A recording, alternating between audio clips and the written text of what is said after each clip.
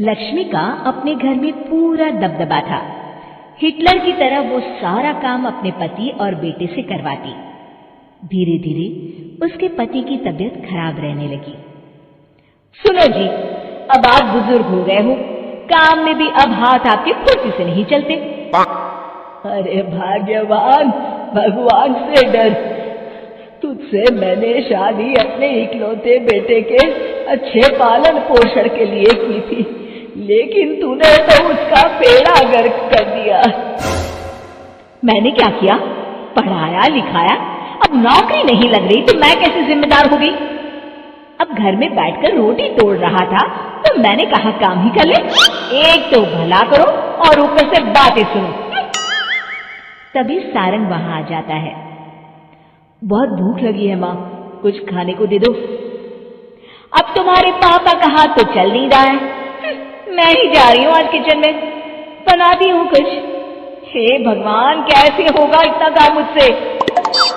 Lakshmi kitchen में काम कर रही होती है कि तभी अचानक उसे आइडिया आता है।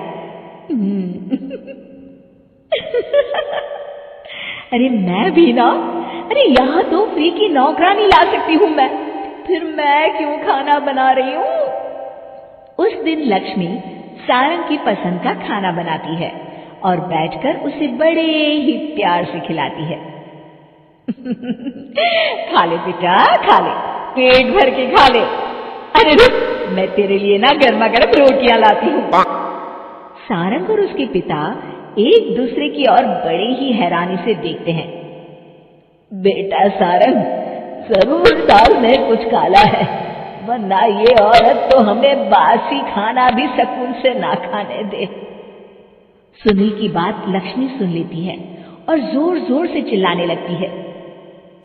अरे हाँ, भलाई का तो जमाना ही नहीं रहा। एक तो आग में खुद को जलाकर तुम लोगों के लिए खाना बना रही हूँ और ऊपर से तुम्हें दाल काली लग रही है। अरे माँ, पिताजी का ये मतलब नहीं था, तुम बुरा मत मानो। अरे हाँ बेटा, तू कहता है तो मान लेती हूँ।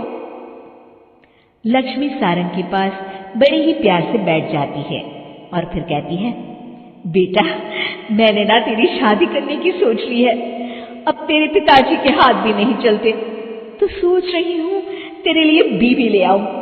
अब पता नहीं ना मैं भी कब मर जाऊं। अब ऐसे भाग्य भी कहाँ है हमारे। क्या कहा? अरे हाँ हाँ, तुम तो चाहते ही हो कि मैं मर जाऊं, लेकिन मैं अपनी प्यारी बहू का चेहरा देखे बिना नहीं मरूंगी। हाँ माँ, शादी तो मैं कर लूं, लेकिन मैं नौकरी नहीं करता, फिर कोई क्यों देगा मुझे अपनी बेटी? अरे क्यों नहीं देगा बेटी? इतना बड़ा घर, खेल खलियान है, किस चीज की कमी है हमारे पास? जो आएगी राज करेगी, राज। हम तो ना कर पाए राज। ये बोलो कि एक और नौकर तुम्हारे पास आ जाएगा। मैं कहती हूँ चुप हो जाओ। अरे खुद के घर का खाना बनाएगी तो क्या नौकरानी हो जाएगी? अब तुमसे तो किचन का काम होता नहीं, तो कोई तो करेगा ना। ठीक है माँ, तुम जैसा सही समझो बस। अब मेरी एक शर्त है, लड़की जो भी हो वो दिखने में कैसी भी हो या कहीं की भी हो, बस पढ़ी लिखी होनी चाहिए। अरे हाँ हाँ, ला देंगे पढ़ी लिखी बेटा, मैंने कौन सा काम करवाना है उससे। हाँ। और फिर एक दिन पास के गांव की ही रति से सारंग की शादी हो जाती है। रति दिखने में बहुत ही सुंदर थी, साथ ही साथ काफी पढ़ी लिखी थी। रति को लक्ष्मी के सौतेले होने की बात पता नहीं थी। शुरू में जब रति ने सारंग को घर का काम करते देखा तो हैरान रह गई। अरे ये तो अच्छी बात है कि आप घर का काम करते हैं, लेकिन मैं तो घर में ही हूं ना, आप क्यों कर रहे हैं जी? जाइए आप नौकरी के लिए अप्लाई कीजिए ना। तभी लक्ष्मी वहां आ जाती है। अरे रति बहू, करने दे उसे काम। और हाँ, मेरे घर के कुछ नियम है, कायदे हैं, यहाँ बीच में ना ही बोलो तो तुम्हारे लिए अच्छा होगा। रति को लक्ष्मी की बात कुछ अजीब सी लगती है। वो समझ नहीं पाती है कि वो ऐसा व्यवहार क्यों कर रही है, लेकिन उसे लक्ष्मी के सौतेले होने के बारे में कुछ पता नहीं चलता है। फिर एक दिन तो हद ही हो जाती है। रति छत से सूखे कपड़े उतार कर ली जा रही थी कि तभी उसकी नजर लक्ष्मी पर पड़ती है, जो किसी तरह चोरी से सुनील की अलमारी खोलने की कोशिश कर रही होती है। अरे, ये माँ जी को क्या हो गया? चोरों जैसे क्यों आप मेरी अलमारी खोल रही हैं माँ जी? आपको क्या चाहिए मुझे बताइए। अरे वाह, क्या चाहिए मुझे बताइए। अरे मैं इस घर की मालकिन हूँ, पूरा घर मेरे इशारों पर नाचता है, और तुम्हें बताऊं कि मुझे क्या चाहिए? हट यहाँ से। और वो उसे जोर से धक्का देती है। जैसे ही लक्ष्मी रति को धक्का देती है, उसके सर पर चोट लग जाती है और वो बेहोश होकर गिर जाती है। रति के आसपास पूरा परिवार खड़ा रहता है। डॉक्टर जैसे ही उसे देखकर जाता है, रति को होश आता है।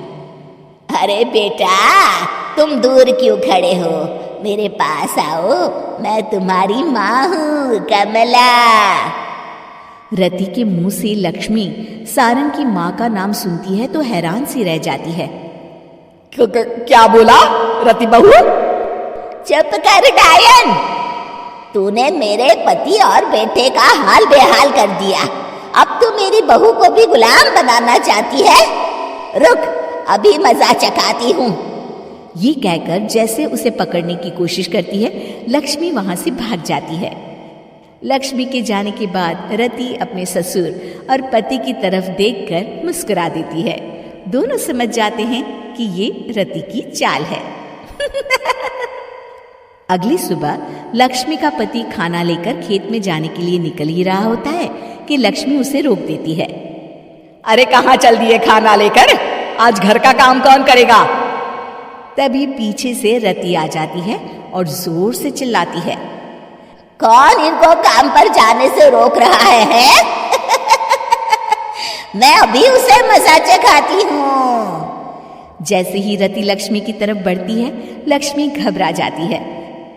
मैं तो मजाक कर रही थी बहन।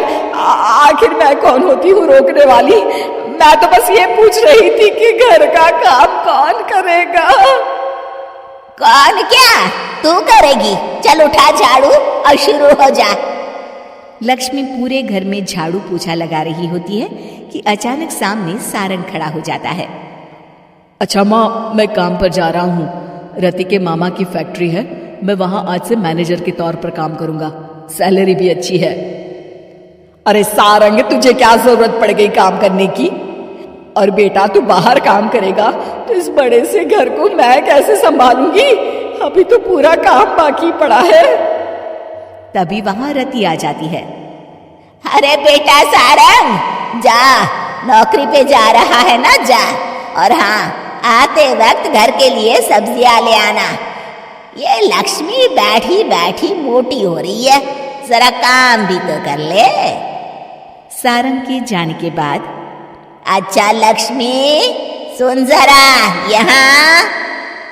लक्ष्मी अपनी बहू रति को सारंग की पहली माँ जो मर गई है वो समझकर उसके पास जाती है। अरे बहन, ऐसा क्या हो गया जो तुम्हें वापस आना पड़ा? मैं तो बड़े ही प्यार से इस परिवार को चला रही थी। प्यार से तो मैं बहुत साल से तुझे मजा चखाना चाहती थी, लेकिन किसी औरत का शरीर मुझे नहीं मिल रहा था प्रवेश करने के लिए। अब से ना मैं बहू के शरीर में रहूंगी। और हाँ, तूने कोई भी चालाकी दिखाई या मेरे घर के लोगों को परेशान करने की कोशिश की तो तेरा गला दबा दूंगी। लक्ष्मी रति के मुंह से ये सुनकर डर जाती है और शाम को अपने बेटे और पति के सामने जाकर कहती है, तुम दोनों मुझे माफ कर दो। मैं अब तुम दोनों को कभी परेशान नहीं करूंगी। और बहू, तुम मेरी बेटी की तरह हो, बस अब बेटी की तरह ही बनकर रहना। लक्ष्मी उन लोगों को इतना कहकर वहां से चली जाती है और उसके जाने के बाद तीनों एक दूसरे की तरफ देखकर हंस देते हैं।